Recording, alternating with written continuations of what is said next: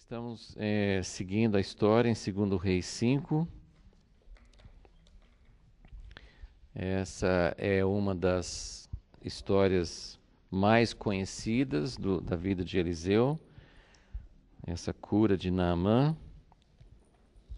Falamos um pouco na aula passada sobre quem era Naamã, para a gente poder entender o significado dessa história. Falamos também que essa ocasião, essa cura, essa história aqui, foi a única que Jesus mencionou no Novo Testamento em relação a Eliseu. Várias menções de Elias, mas a única que é mencionada em qualquer parte do Novo Testamento sobre Eliseu é essa história, e é justamente para chamar atenção a esse fato de que ele fala assim: nenhum leproso em todo Israel foi curado no tempo de Eliseu. Interessante. Nenhum leproso foi curado, somente Naamã, que não era de Israel. Então, falamos um pouco sobre essa importância de entender que Deus tem um povo, um instrumento na terra, como tem hoje a igreja. Naquela época era a nação de Israel, mas houve momentos em que Deus foi buscar fora da terra de Israel, fora do povo de Israel, alguém para usar, para demonstrar o poder do reino de Deus.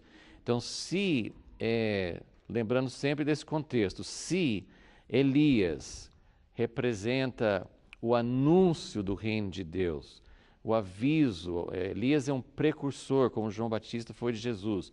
Então, Elias foi aquele que anunciou, que mostrou ao povo a vinda do reino, a importância de se preparar para esse reino. Eliseu é uma figura do próprio reino, não em plenitude, mas assim como Jesus trouxe o reino, João Batista anunciou. Lembra que Jesus falou? Nenhum nascido de mulher é maior do que João Batista. Ele foi o maior precursor. Todos os profetas, os grandes homens de Deus no Velho Testamento foram precursores de Jesus, precursores do reino, figuras do reino. Mas Jesus foi o próprio reino, ele foi o próprio Filho de Deus. Então, Jesus mostrou essa diferença ele falou assim: ninguém nascido de mulher é maior do que o João Batista. No entanto, o menor no reino de Deus é maior do que ele. Jesus falou isso em Mateus 11. Então, nesse sentido, Elias e Eliseu mostram essa parte complementar. Elias anunciando com grande poder, mas Elias trazendo o reino. De uma forma, Eliseu trazendo o reino de uma forma, como nós temos visto, assim, muito simples, no dia a dia, o reino de Deus, não só afetando reis e governantes, mas afetando a vida cotidiana de pessoas simples, de pessoas anônimas, e de pessoas importantes também, como Naamã. Naamã é uma pessoa muito importante. O capítulo 5 começa enfatizando, fala umas 4 coisas para enfatizar a importância de Naamã. Vocês viram? Naamã era chefe do exército, ele não era só algum comandante, ele era o general, o chefe do exército da Síria. Nessa época, a Síria é muito mais forte do que Israel, até por causa da infidelidade de Israel. Deus está permitindo que a Síria, o país Síria, lembra que tem 2 países que confundem bastante, tem Síria e tem Assíria. A Síria daqui a uns anos vai ser o maior poder naquela região, daqui a algum tempo, já está despontando, nessa época que nós estamos lendo. Mas o país Síria, que ainda tem o mesmo nome hoje, que faz fronteira com Israel, no norte, é um país que nessa época está tendo muito mais força, está dominando a nação de Israel. Tudo que a gente vê nessa história, é importante a gente entender que o rei de Israel, ele tem que abaixar a cabeça para o rei da Síria. Ele é mais fraco, ele já foi derrotado. Então, o país da Síria é mais forte e Naamã é o homem forte, né? A gente supõe, assim, não é explícito aqui, mas fica meio que subentendido que esse rei da Síria seria o Ben-Hadad, mencionado em outras partes. Provavelmente ele está mais para idoso agora. Então o cara forte do governo dele é Naamã. Naamã que é a pessoa que inclusive fala que foi através dele que Deus deu, o próprio Deus deu libertação, deu vitória para o país dele através de Naamã. Então, olha, vamos só enumerar os fatos sobre Naamã. Ele é o chefe do exército, ele é um grande homem, tudo está no versículo 1. Chefe do exército, ele é um grande homem onde? Diante do senhor dele, diante do rei. Quer dizer, o rei, a autoridade máxima do país dele, considera Naamã como um homem grande, né? Ele tem o respeito e a honra do próprio rei. Ele é um homem de muito respeito por todos, porque por ele o Senhor dera o livramento, e era um homem valente. Então, dependendo de como você faz a numeração, tem 4 ou 5 fatos aqui relacionados sobre Naamã, todos falando que ele é forte, importante, de muito valor, muito respeitado, assim. Às vezes, sim, você pode falar isso com uma expressão. Aqui usou 4 ou 5, né, para dizer Deus deu livramento, ele tinha muito respeito, né? Só que aí tem uma última qualificação dele que praticamente desfaz tudo. E isso mostra a fragilidade, né? Assim, a história é uma história típica, vamos dizer assim, poderia representar várias pessoas. Assim, a pessoa chega ao auge de importância, de status, de poder, de fama, mas tem um probleminha, tem uma coisinha sobre a vida dele, sobre a qual ele não tem controle. Ele é um leproso. Ele é um homem, assim, de acordo com os estudiosos, o que chama lepra na Bíblia nem sempre é o que nós chamaríamos de lepra hoje. Mas não tem importância. Era uma doença séria, era uma doença que trazia uma conotação. Aqui não é Israel, então em Israel, pelo menos se eles seguissem a lei de Moisés, o leproso nem poderia ficar dentro no convívio da cidade, no convívio com outras pessoas, porque era uma coisa que poderia contaminar outros. Mas isso aqui é Síria, eles não têm essa lei. Aparentemente, ele tem acesso à presença do rei e tudo, mas é um fato vergonhoso, é um fato que praticamente tira todo o efeito de todas as outras qualificações dele. Ele é rico, ele é poderoso, ele é famoso, ele é respeitado, mas ele é leproso. E a lepra tem um significado especial na Bíblia, de tudo que a lei de Moisés fala sobre a lepra representa o próprio pecado, porque o pecado é nojento, é contagioso, é incurável, né? Todas as coisas que falam, que sabemos a respeito da doença, da lepra, é algo que representa o pecado. Então, e assim, mesmo pegando literalmente como uma doença incurável, é uma coisa que coloca o homem mais poderoso no mesmo pé de igualdade de uma pessoa pobre. Ele não tem condições de cura, ele não tem a solução para o problema dele, né? Então, esse é o contexto da história. Mas o reino de Deus sendo vivenciado aqui por Eliseu, esse reino de Deus vai além das fronteiras de Israel e vai alcançar esse homem poderoso que é Naamã. E como eu falei domingo passado, um dia o reino de Deus, a gente está sempre vendo, o reino de Deus que Jesus trouxe é o reino verdadeiro, não é mais uma figura. Muitas coisas no Velho Testamento eram figuras apenas, símbolos, coisas que apontavam para o reino, mas Jesus trouxe o próprio reino.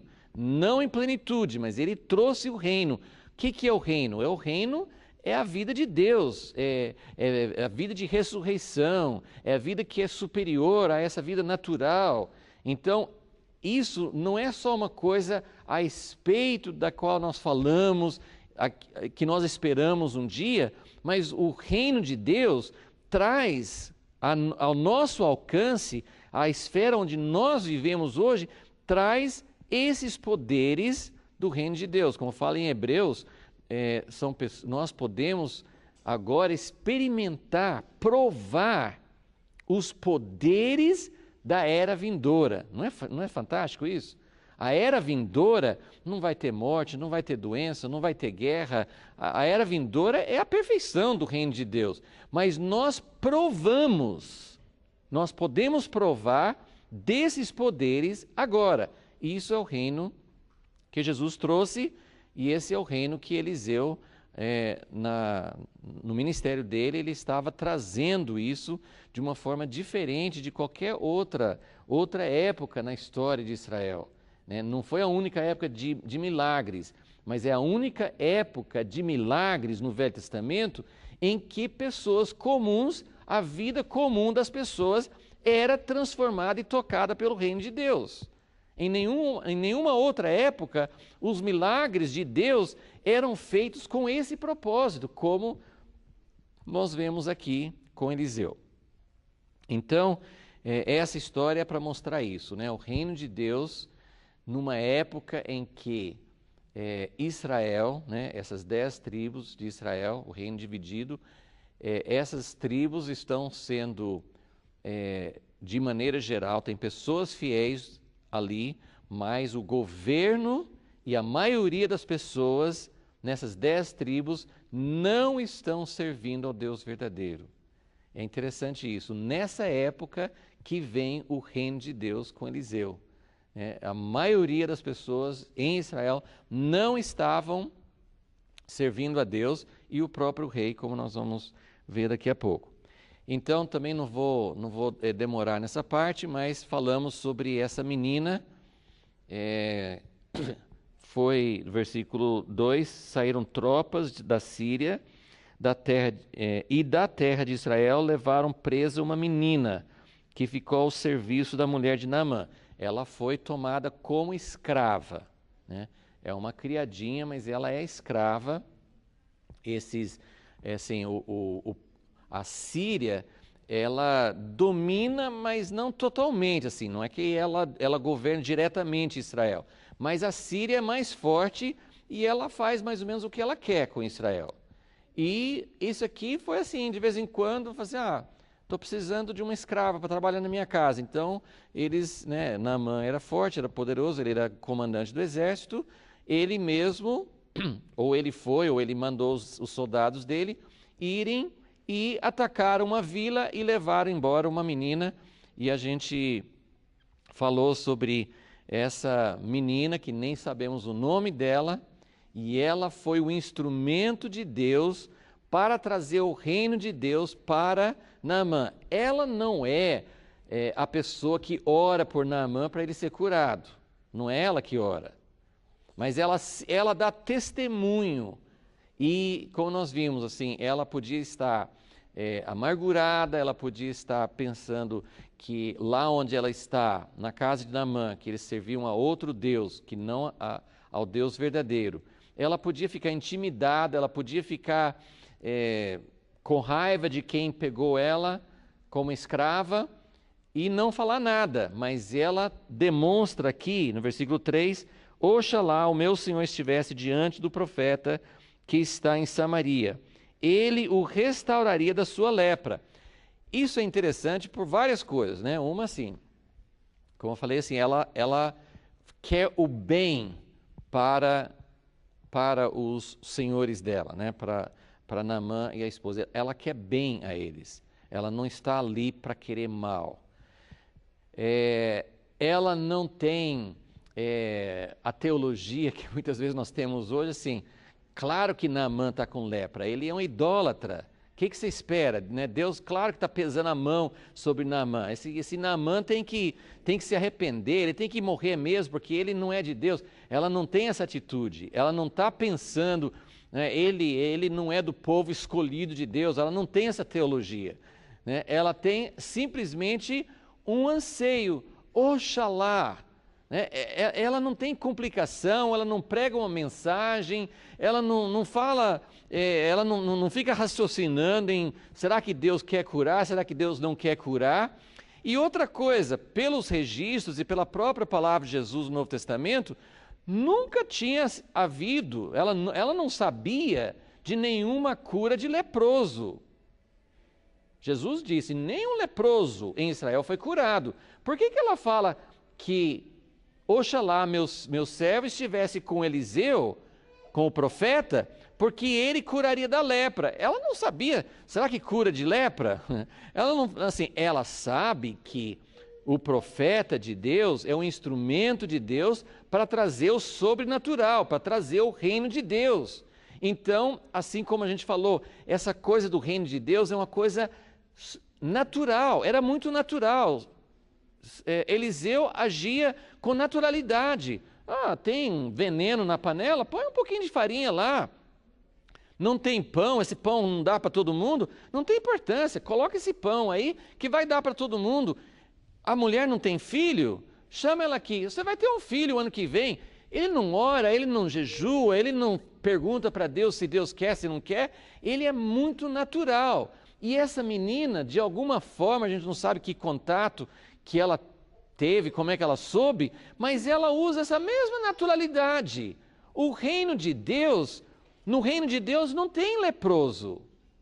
Oxalá meu servo estivesse junto com o profeta, porque ele seria curado. Como que ela sabe que ele seria curado? Né? Ela tem essa simplicidade, essa naturalidade de entender que o reino de Deus traz essa mudança total, traz essa restauração total. Então, ela nem imagina, tenho certeza que ela nunca imaginou, quando ela falou isso, ela falou espontaneamente, ela não imaginava que com essa palavrinha que ela falou com a senhora dela, né, com a esposa de Naamã, ela só falou isso na presença dela. Aí, olha o caminho. A mulher falou com Naamã. Naamã falou com o rei da Síria. E o que Naamã falou com o rei da Síria? Ele falou assim, eu tenho uma escrava na minha casa que veio de Israel. Essa menininha que não é ninguém, ela foi, o que ela disse foi levada à corte do rei da Síria.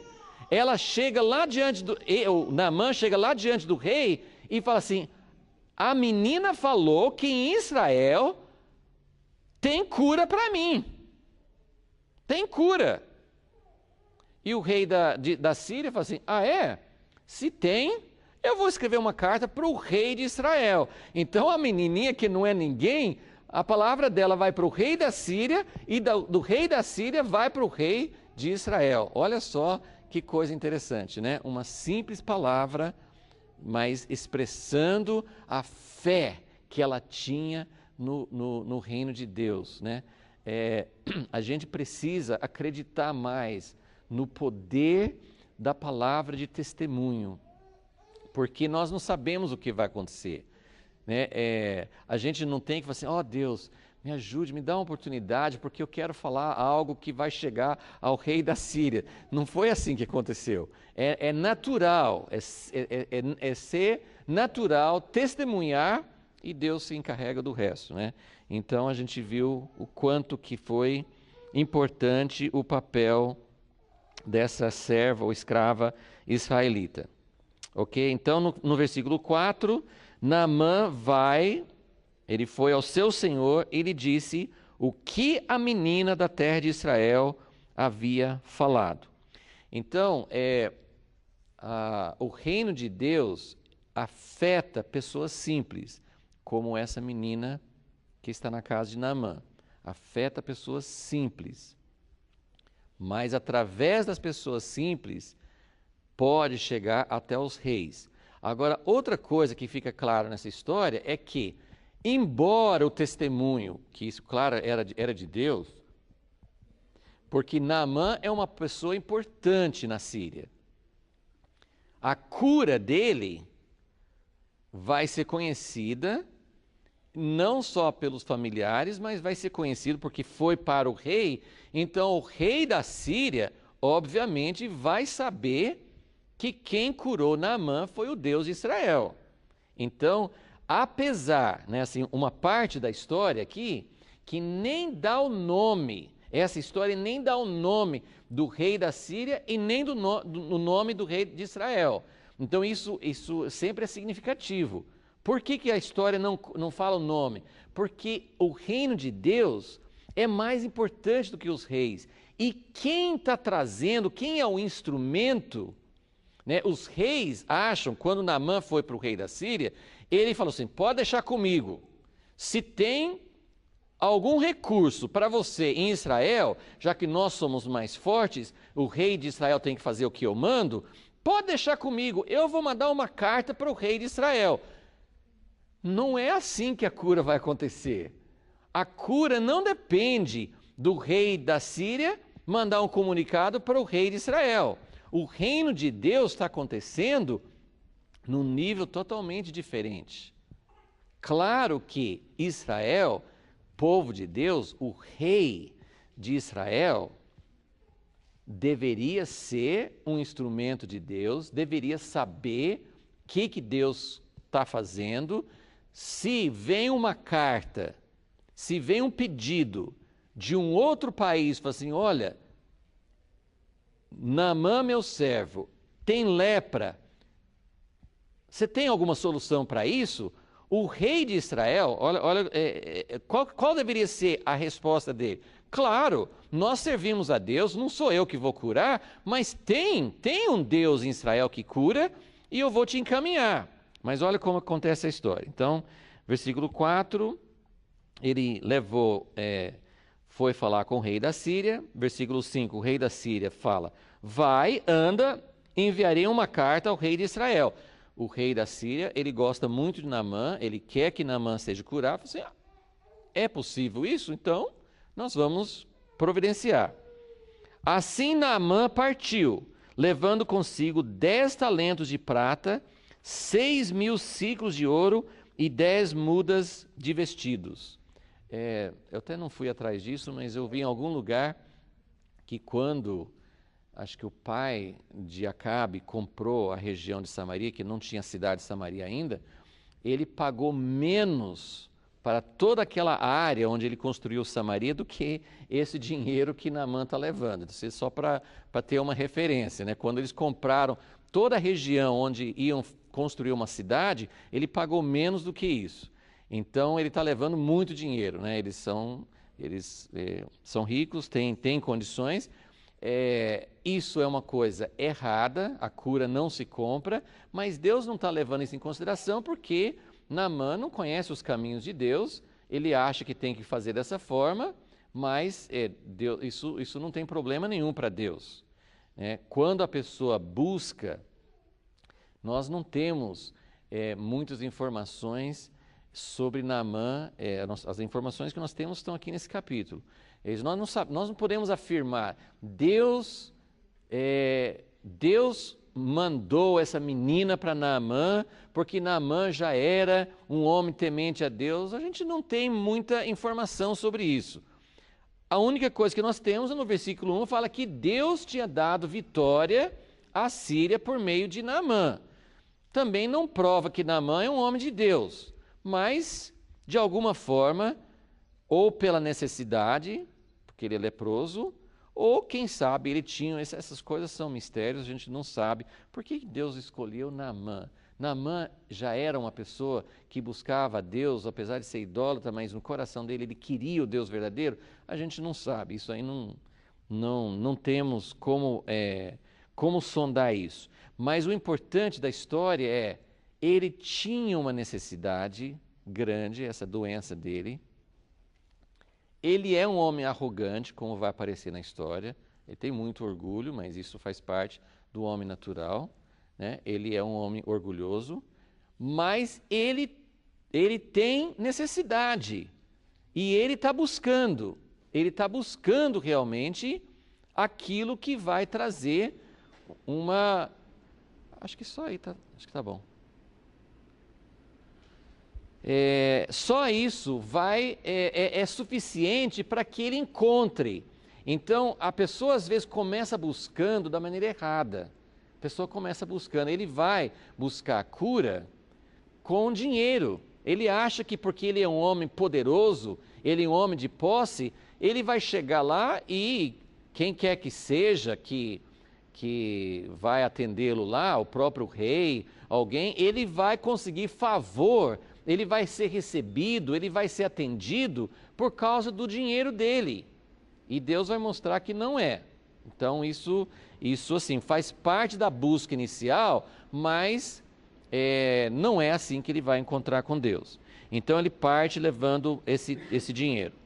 Versículo 6. Entregou a carta ao rei de Israel, que dizia, olha o que a carta dizia. Logo, em chegando a ti esta carta, essa é a carta do rei da Síria para o rei de Israel. Logo em chegando a ti esta carta, saberás que eu te enviei Naamã, meu servo, para que o restaures da sua lepra. Houve algum probleminha na comunicação, né? A menina falou, oxalá estivesse com o profeta. Naamã chegou para o rei de Israel, para o rei da Síria, e falou, olha, a menina falou assim, assim, assim. Não sei se Naamã falou errado, ou se o rei da Síria entendeu errado. Mas aí vem a carta.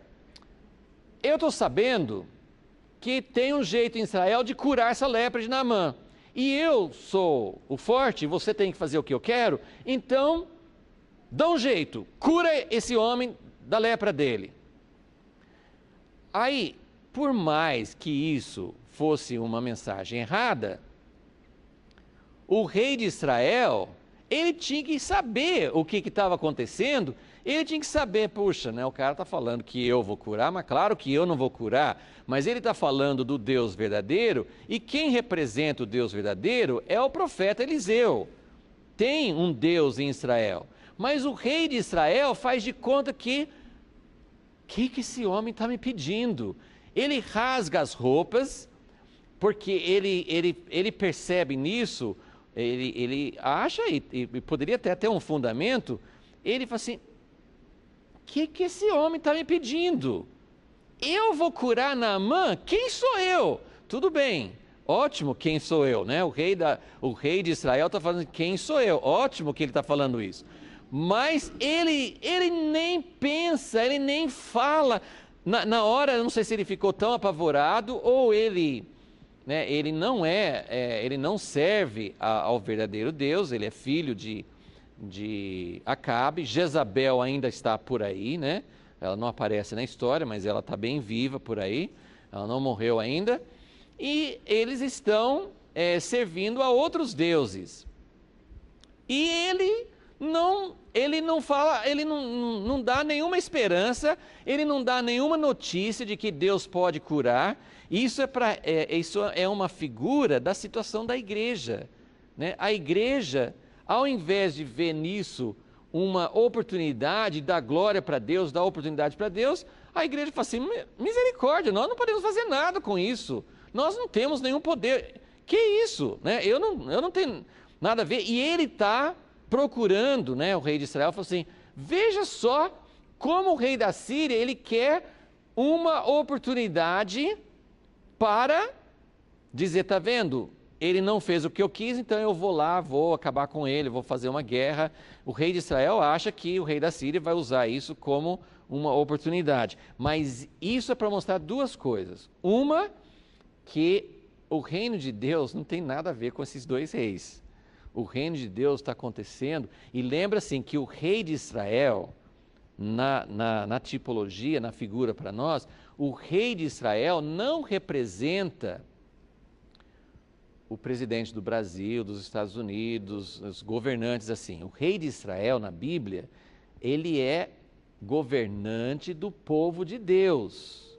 Então, quando você vê Davi, Salomão, Josafá, Acabe, quando você vê essas figuras na Bíblia, essas figuras não representam governantes dos países, representam o governo da igreja, porque Israel, no Velho Testamento, é o povo de Deus, como a igreja hoje é o povo de Deus. Então, quando um governante, o rei da Síria, sim, o rei da Síria é um governante. Quando ele manda um mensageiro para a igreja, para o povo de Deus, que está envergonhado, está enfraquecido, está longe de Deus, mas veio uma situação em que o rei da Síria, apesar do poder, apesar do desprezo que ele tem por Israel, ele está buscando ajuda em Israel. Que oportunidade, que situação maravilhosa! O rei da Síria está reconhecendo que em Israel tem algo que ele não tem. E ele manda um mensageiro para o governo, para o governante, para a liderança da igreja, e a liderança da igreja fala assim: o quê? Está buscando isso comigo? Eu não tenho nada para dar. Então, isso é fracasso, isso é derrota da liderança do povo de Deus, ok? E o verdadeiro reino de Deus está acontecendo no país dele, sem que ele, assim, provavelmente ele sabia de alguma coisa, mas ele, como se ele não tomasse conhecimento. O reino de Deus está acontecendo com Eliseu e o rei de Israel nem está sabendo. Vem buscar cura comigo? O quê? Isso é absurdo. Então, isso é uma das coisas, né? O reino de Deus está acontecendo fora das lideranças, fora daquilo que é reconhecido como o governo, como a liderança do povo de Deus, né? Então, isso está mostrando assim, que o reino de Deus está fora disso daí, está acontecendo a revelia, né? Assim, fora do controle deles, ok? Então, versículo 7, tendo o rei de Israel lido a carta, rasgou as suas vestes e disse: sou eu Deus? Posso matar e vivificar? Por que este envia alguém a mim para ser restaurado de sua lepra? Notai, peço-vos e vede que busca ocasião contra mim. Aí, poderia ter terminado a história aí. Naamã veio para trazer a carta, o rei da Síria acha que o rei de Israel vai curar, ou talvez ele achava assim, bom, né, normalmente os profetas, as lideranças eram tudo controlados, né, nos outros países, né, os sacerdotes, os profetas dos deuses falsos deles eram tudo controlados pelo rei. Então, ele mandou a carta para o rei de Israel, porque o rei de Israel, ele que sabe como é que vai acontecer isso. Só que o rei de Israel fala, não, é aí que entra a nossa imaginação, a gente não pode se basear nela, mas é sempre bom pensar. Pensa em Naamã. Naamã entregou a carta, ele devia estar na presença, né? Foi recebido pelo rei de Israel, ele é um homem importante, ele foi recebido, ele entregou a carta. Naamã é um cara importante, ele está esperando a resposta do rei de Israel, afinal de contas a menina falou que tem cura para mim. Ele entrega a carta, ele está todo esperançoso, e o rei de Israel faz essa cena aí, rasga as roupas, fala assim, imagina, ele deve ter gesticulado, ele deve ter falado assim, isso é absurdo, seu senhor, o rei da Síria, está querendo uma ocasião contra mim, ele quer fazer uma briga comigo, o que é? Por que você trouxe essa carta? E Naamã estava assim, a menina falou que era para vir aqui, eu tô vindo aqui atrás da cura. Então, nós não temos dados de quanto tempo passou entre o versículo 7 e o versículo 8. O que aconteceu do versículo 7 para o versículo 8? Entre a carta que o rei leu, rasgou as roupas, falou que ele não tinha nada para dar para Naamã. Será que Naamã começou a pensar, bom, então vamos dormir aqui hoje e vamos voltar amanhã para a Síria. O que ele pensou? Quanto tempo levou? Nem fala que foi um mensageiro, você sabe que Deus revelava as coisas para Eliseu. Aqui não fala que foi por revelação. O versículo 8 fala assim: quando Eliseu, homem de Deus, ouviu que o rei de Israel rasgara as suas vestes. Quanto tempo levava naquela época? Hoje, né, alguém teria passado uma mensagem por celular. Mas naquela época, como que passou essa comunicação? Como é que Eliseu ficou sabendo, né? Mais importante que ele ficou sabendo que tinha acontecido isso, e ele manda um mensageiro para o rei de Israel. Ele fala assim: olha, caso você não saiba, tem solução, tem um profeta de Deus em Israel. Mande esse homem para mim. Ai, que alívio.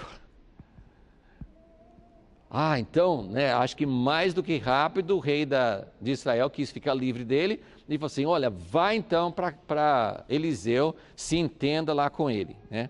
Mas eu gosto de pensar nesse intervalo. O que Naamã estava pensando?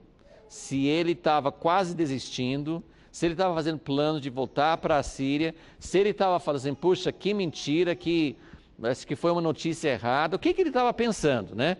Mas era um momento crítico na história, em que aparentemente não ia acontecer o que ele estava esperando. Mas Eliseu falou assim: manda. Ele fala assim, e é muito interessante isso, porque a forma que Eliseu mandou falar, porque ele não manda falar como assim: ó Senhor soberano rei, o senhor está todo preocupado, não precisa ficar preocupado. Não, Eliseu manda, e a gente vê isso com Elias e Acabe também, os homens de Deus, eles traziam uma palavra de Deus, não porque eles eram superiores, mas Deus é superior ao rei. Então eles mandam falar com o rei, Deus falando, e Deus não está se rebaixando para falar com o rei de Israel. Ele fala assim: por que você rasgou as vestes? Você devia saber que tem um Deus em Israel que faz isso. Por que você está achando que essa mensagem foi para você? Você está se achando muito importante? Essa mensagem não foi para você. Essa mensagem foi para que você encaminhasse para o representante de Deus. Agora a gente pode até pensar: puxa, Eliseu está sendo meio arrogante aqui. Mande para mim que ele vai ver que tem um profeta em Israel. Aí você vai ver, pelo restante da história, que Eliseu não está preocupado em aparecer. Tanto é que aqui começa, na verdade continua, eu fiz até uma relação aqui, para mostrar que Deus queria alcançar Naamã. Mas para Naamã receber a cura, ser tocado por Deus, ser tocado pelo reino de Deus, esse homem que foi enfatizado no versículo 1, que era comandante, respeitado, um grande homem, Deus tinha dado livramento, esse homem que é tão importante, ele tem que passar por uma série de passos para realmente receber a cura. Alguns dos passos ele já deu. Então, eu só fiz essa relação, está mais ou menos, esse aqui seria o item 5 no seu esboço, que Naamã precisa se humilhar para receber a cura. Ele não faz parte do povo de Deus, mas ele vai ser alcançado pelo reino de Deus. Mas para ser alcançado pelo reino de Deus, e que representa tanto pessoas que estão chegando ao reino de Deus pela primeira vez, como fala muito de nós mesmos. Nós queremos tocar o reino de Deus na nossa vida, na nossa geração. O reino de Deus é maravilhoso, o reino de Deus tem poder para curar, tem poder sobre a morte. O reino de Deus gera um filho para uma mulher que não podia ter filho.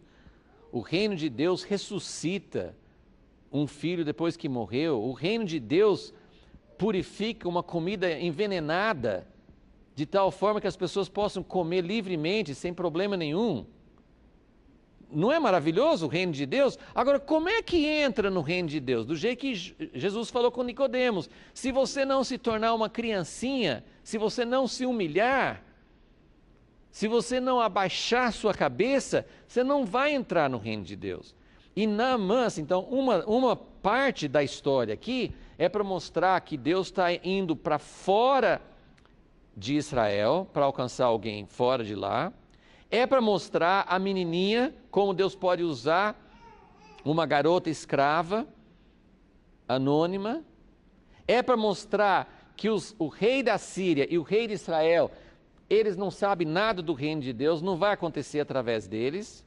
Então é para mostrar essas coisas, mas talvez o fato central nessa história é quantas coisas Naamã teve que fazer para receber a cura. Não, isso não é obra para receber a cura, isso é atitude do coração. Então começou lá atrás, ele precisou acreditar na história que uma menina escrava contou para ele. Isso é humilhação. A maioria das pessoas não teria dado crédito. Por que ele deu crédito? Porque ele estava precisando muito. Quando a pessoa precisa muito, ela vai até atrás de coisas que não têm valor, porque ela vai experimentando um pouco de tudo, né? Mas essa abertura é uma abertura que favorece a chegada do reino de Deus. Então, ele acreditou nessa criada humilde, ele acreditou na história que ela contou. Isso já começou assim, ele não ouviu uma mensagem, um recado de um cara importante, ele ouviu a palavra de uma moça humilde, a escrava dele. Então esse foi o primeiro degrau que ele pisou para descer, para poder receber a cura. A segunda coisa que ele teve que fazer é ir a Israel, que para eles era um país inferior, estava sendo subjugado por eles. Então não é você pensar assim, tem a Europa, Estados Unidos, sei lá, um lugar importante, eu vou para um lugar mais importante do que onde eu estou. Não, ele vai para um lugar menos importante. Para eles, Israel, eles desprezavam o povo de Israel. Então ele vai buscar, ele ouve o testemunho de uma menina escrava, e ele mesmo vai, porque ele também podia ter falado assim, olha, vê se acha esse profeta e traz esse profeta aqui. Eu sou importante e tem que vir para mim. Não, ele tinha que ir atrás e ir para um país, para um povo mais humilde, né? Bom, a terceira coisa, isso que nós já vimos também, ele chega para o rei de Israel e tem que escutar o rei de Israel falar, imagina, eu não tenho condições de te curar, isso é um absurdo, você está enganado, não tem nada a ver com isso. Isso também foi uma vergonha para ele, porque ele chega, né, com o superior e tem que escutar o rei de Israel falar que não tem solução nenhuma, né? Então isso também foi uma humilhação para ele. Mas agora essas aqui são mais fortes, né? Na verdade, assim, o que a história enfatiza mais são esses outros dois pontos aqui. Então, quando Eliseu mandou falar com o rei de Israel, fazer, mande o capitão para cá. Então fala no versículo 9, assim veio Naamã com os seus cavalos, com o seu carro, e parou à porta da casa de Eliseu. A Bíblia não desperdiça detalhes, né? Essa história é mais detalhada do que a maioria, e só esse versículo, você não consegue visualizar, sabe assim, uma comitiva, como se fosse hoje, um cara importante chegar de outro estado, cheio de limusines e uma comitiva toda, né, tal, assim, isso chegando para a casa de Eliseu, e isso que a gente não sabe como é que era a casa de Eliseu, que provavelmente não era grande coisa, né? Então, chega assim, olha, o rei falou assim, não, agora sim, achamos quem que vai me curar, então nós vamos, ele chega com toda a comitiva dele e para na frente da casa de Eliseu. Tem certeza que é aqui? Tem certeza que nós estamos no endereço certo? É aqui mesmo. Tá bom, se é aqui, então vamos entrar aqui. Isso é a minha, o meu acréscimo aqui à história, né? Mas ele chega com toda a comitiva dele. Agora a parte principal que a Escritura fala é a seguinte: ele chega lá e Eliseu não se dá ao trabalho, e não pense que a casa de Eliseu era grande, né, que tinha um espaço de recepção e uma outra sala, não tinha essas coisas assim, né? Eliseu, na verdade, com toda certeza, Naamã, com toda a comitiva dele, está no sol quente do lado de fora, esperando ser atendido. E Eliseu, que é muito ao contrário do costume daquela época, ele não convida Naamã para entrar, ele não dá nenhuma hospitalidade, ele não dá nenhuma honra, ele não dá nenhuma atenção. E isso está muito claro aqui, que a reação de Naamã, ele ficou indignado com essa recepção. Eliseu manda um mensageiro, manda um criado, e à porta e fala assim: pois não, eu vim aqui para receber a cura. O homem de Deus fala assim: pode ir lá no Rio Jordão e se banhar 7 vezes, né?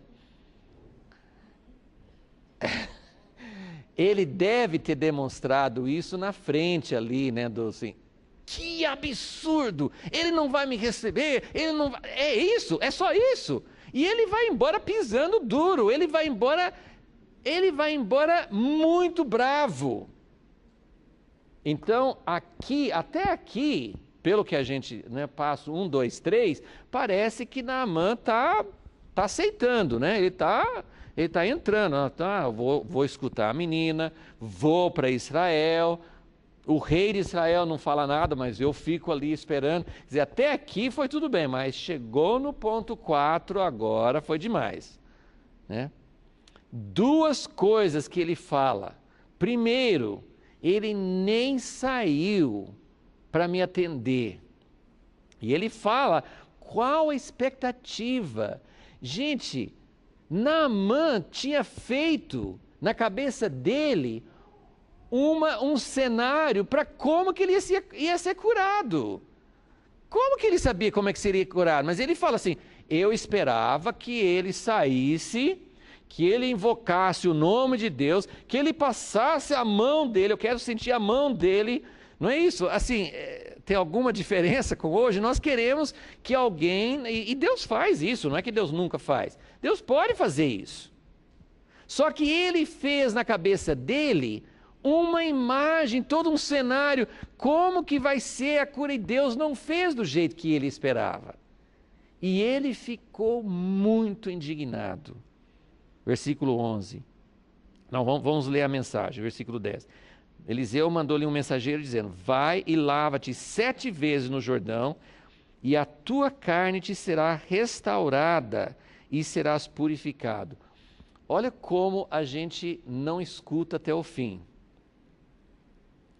Porque, gente, tem alguma coisa melhor do que você estar doente e alguém falar: você vai ser completamente restaurado. Ele não escutou, eu acho que ele nem escutou essa parte. Primeiro ele já estava assim, o cara só mandou um mensageiro para falar comigo na porta, ele já estava bloqueado. E aí quando vem a mensagem: vai para o Rio Jordão banhar 7 vezes, ele não escutou o resto. Ele não ficou pensando, mas ele falou que a minha carne vai ser completamente restaurada, eu vou ser purificado, não vai ficar nada. Ele não escutou essa parte. Ele só ficou fechado, bronqueado com a primeira parte. Porém, Naamã, versículo 11, Naamã indignou-se muito e se foi dizendo: eu pensava que ele certamente sairia, né? Ele queria ser atendido pelo profeta. Por-se-ia em pé, invocaria o nome do Senhor seu Deus, agitaria a mão sobre o lugar infectado e me curaria da lepra. Então ele já tinha todo o cenário, toda a sequência na cabeça dele. O homem tem que fazer assim, assim, assim. Não é assim que a gente faz com Deus. Mesmo que isso possa... É uma coisa absurda? Não é uma coisa absurda. Ele não pensou numa coisa fora do normal. Não, o profeta vai invocar o nome de Deus, vai colocar a mão. Poderia ter acontecido assim. O problema é que Deus não faz do jeito que a gente determina. O reino de Deus exige que a gente faça assim: Deus, seja feito como o Senhor quiser, não como eu mando. E ele teria que se rebaixar, se humilhar para aceitar a direção de Deus. Aí tem mais. Então ele achou ruim o profeta não sair, achou ruim o profeta não fazer toda essa cerimônia para ele ser curado, e depois também ele achou pior ainda ele mandar para o Rio Jordão, né? Que ele disse: nós temos rios muito melhores, muito mais limpos, muito menos poluídos, né, na nossa terra, por que ele não mandou eu me lavar nos nossos rios? Então ele achou ruim ele mandar ser purificado dentro do Rio Jordão. Então essa questão aqui, né? Ele não foi recebido e ele teria que se lavar no Rio Jordão.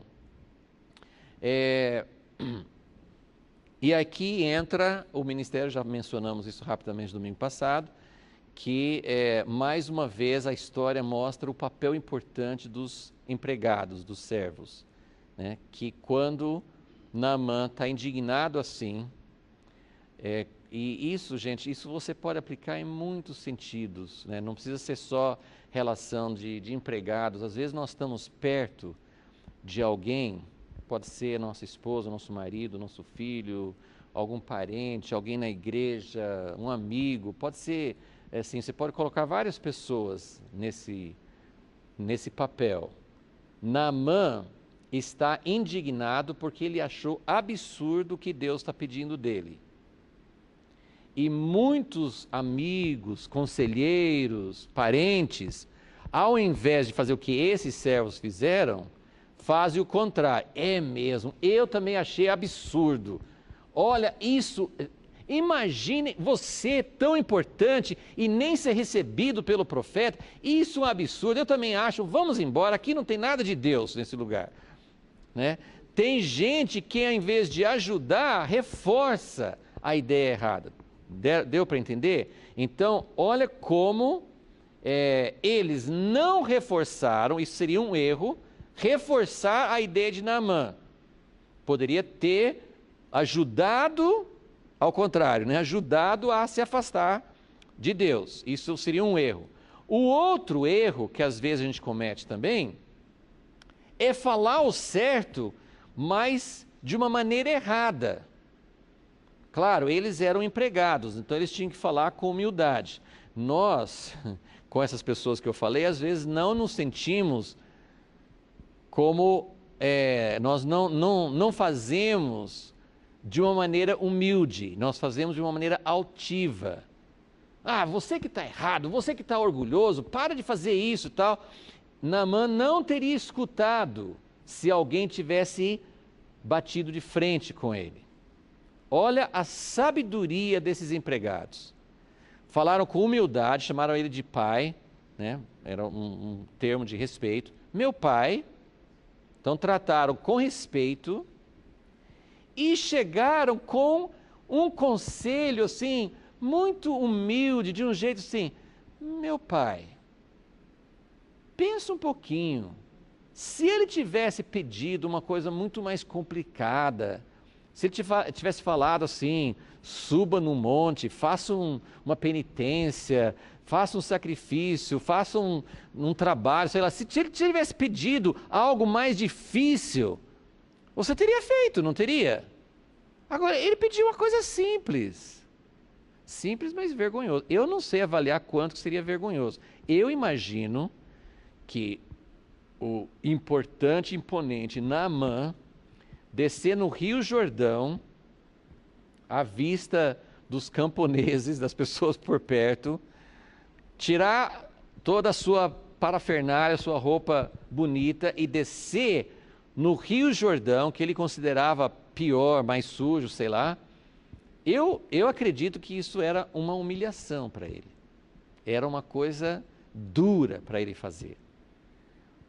Mas eles estão falando assim, isso é uma coisa simples, eles não estão colocando, é mesmo, isso é uma coisa vergonhosa, eles estão falando assim, se ele tivesse pedido algo difícil de fazer, você teria considerado assim, não, ele pediu, eu vou fazer, isso, né, é uma coisa talvez que até daria uma certa honra, um mérito, né?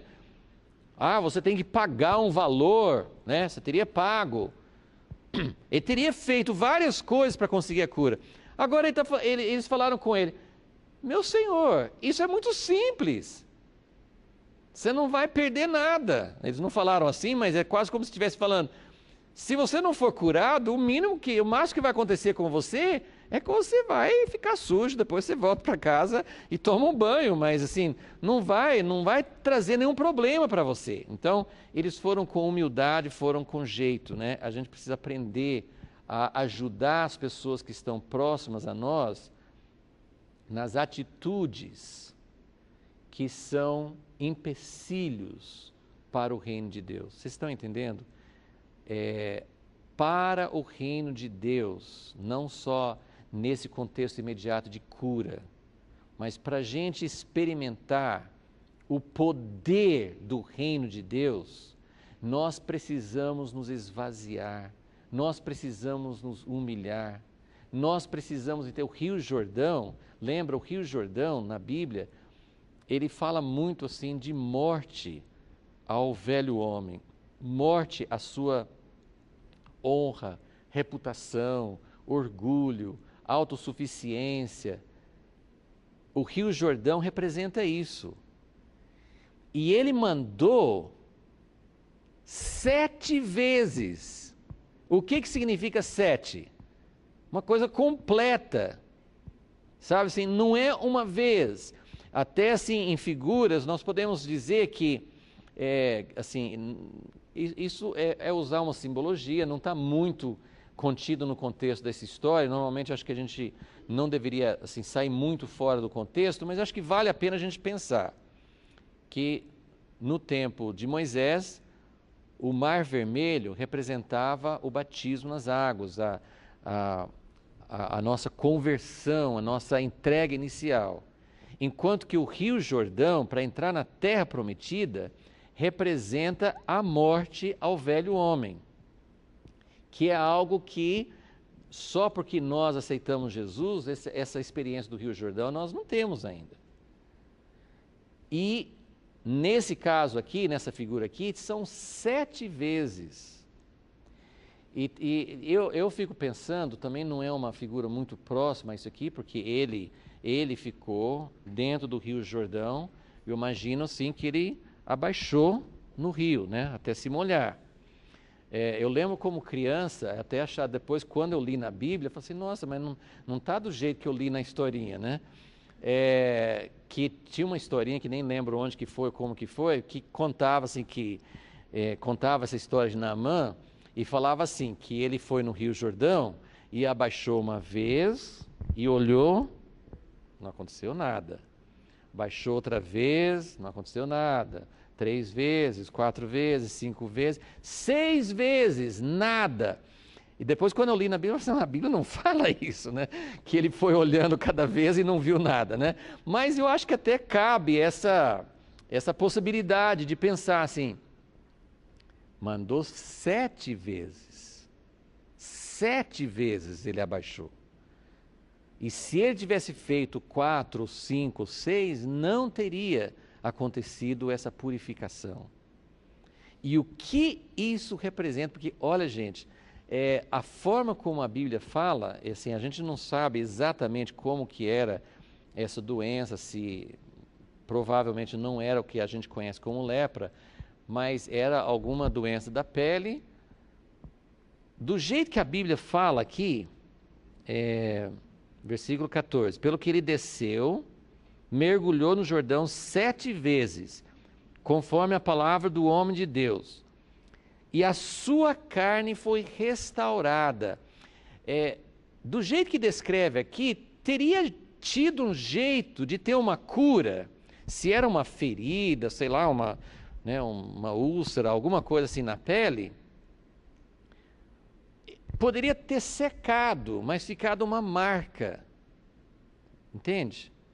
Mas a Bíblia fala que a carne dele foi restaurada como se fosse pele de bebezinho, de uma criança. A pele dele ficou limpa, sem marca, sem resquício. Não foi só uma cura, entende? Você pode imaginar uma cura em que ficasse uma cicatriz, em que ficasse uma marca, mas ficou fechado. Podia imaginar isso. Mas a Bíblia enfatiza, por isso que assim, parece que foi uma cura além daquilo que poderia esperar. Eu acho que Naamã não esperava ser tão curado assim. Né? Ele foi curado, ele olhou, quando ele subiu a 7ª vez, a carne dele, a pele ficou limpa, completamente limpa, como a carne de um menino, de uma criança. Então, isso representa o poder da ressurreição, isso é renovação, isso é transformação da sua carne corruptível, é como se fosse uma figura de um corpo transformado. Ele ganhou um corpo novo, ele ganhou algo completamente novo. Então, isso é para mostrar, assim, não foi uma cura mais ou menos, foi uma cura completa, foi uma cura total, ok? Então, para chegar nesse ponto, ele precisou passar por esses passos, e a descrição especial, né, depois do pedido, né, da ordem de Eliseu, né, falando, não atendendo e mandando mergulhar no Rio Jordão, isso afetou o orgulho dele. Então, é muito forte essa ideia na história, de que Deus precisou tratar com o orgulho dele antes dele receber a cura, e que ele se lavasse, se mergulhar no Rio Jordão 7 vezes, fala dele se despir de todo o orgulho, de toda aquilo que ele tinha. E nós vamos falar isso na próxima aula, mas depois disso ele volta à casa de Eliseu. E Eliseu agora recebe. Né? Na volta, Eliseu recebe.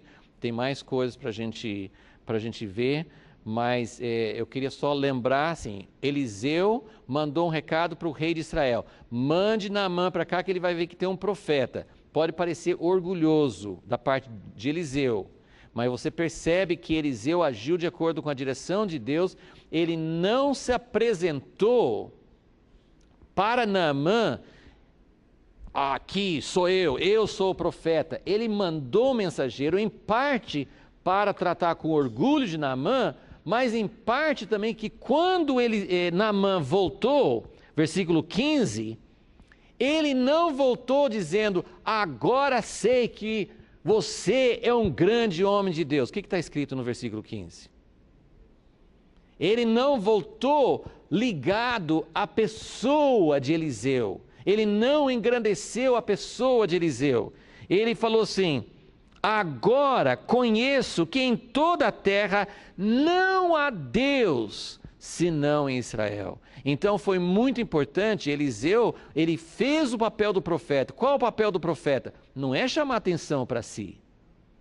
Ele mandou o recado para Naamã entender. Não é, eu não sou a pessoa, eu não estou chegando aqui para falar assim, né, mágica, eu curo, eu sou. Não, vai lá e se banhe no Rio Jordão, porque você vai entender que é Deus que está fazendo e não o homem. Né?